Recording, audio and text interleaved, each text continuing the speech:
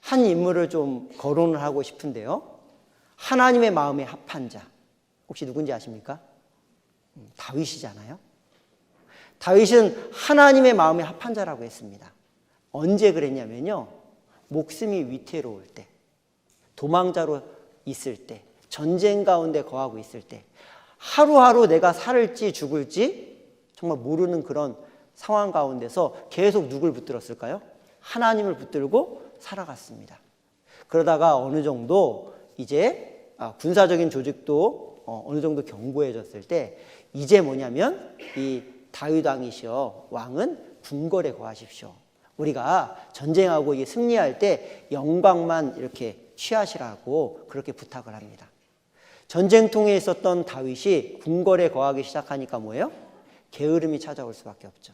나태함이 찾아올 수밖에 없습니다. 그런 가운데 이렇게 궁궐 위를 걷다가 한 여인을 보잖아요. 그리고 그 여인을 보는 가운데서 음심이 올라오고 그것이 계속 지속되니까 데려오라고 합니다. 데려와서 보니까 뭐예요? 만지고 싶고, 만지니까 안고 싶고, 앉으니까 이제 일이 벌어진 거죠. 결국은 임신을 하게 되었습니다. 그리고 이것을 감추기 위해서 남편을 불러오라고 하잖아요. 유부녀였던 거죠. 근데 이 남편 장수가 얼마나 충신이었는지 내 전우들은 지금 생사의 갈림길에 있는데 내가 어떻게 아내 품에서 편안히 이렇게 잠을 잘 수 있냐고 안 가는 겁니다. 결국은 여러 번 권면했지만 안 돼서 편지 한 통을 썼죠. 최전방에 가게 하고 작전상 후퇴를 하라는 겁니다. 그러니까 뭐예요? 그냥 자연스럽게 죽을 수밖에 없는 거예요. 그렇게 하고 깜짝같이 숨겨진 것 같았는데 하나님은 다 보고 계셨잖아요.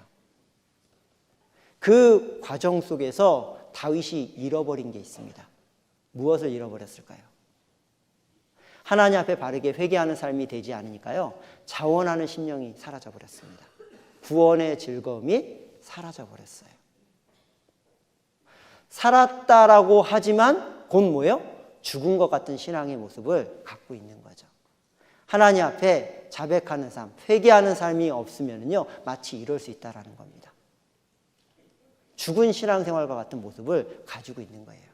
우리가 기쁠 수 있는 건 뭡니까? 구원의 즐거움이 있기 때문에 그것이 넘쳐나기 때문에 기쁠 수 있는 거죠. 그리고 어떤 일이 주어졌을 때 주님의 복음에 동참하고 주님의 일에 동참할 수 있는 기회가 주어졌다라는 것, 참여하는 것 자체만으로도 뭡니까? 기쁨이 넘치잖아요. 그래서 자원하는 심령으로 참여하게 돼 있잖아요. 근데 그 두 가지를 다 잃어버렸습니다. 주의 구원의 즐거움을 내게 회복시키시고 자원하는 심령을 주사 나를 붙드소서. 그러하면 내가 범죄자에게 주의 도를 가르치리니 죄인들이 주께 돌아오리이다. 하나님이여 나의 구원의 하나님이여 피 흘린 죄에서 나를 건지소서.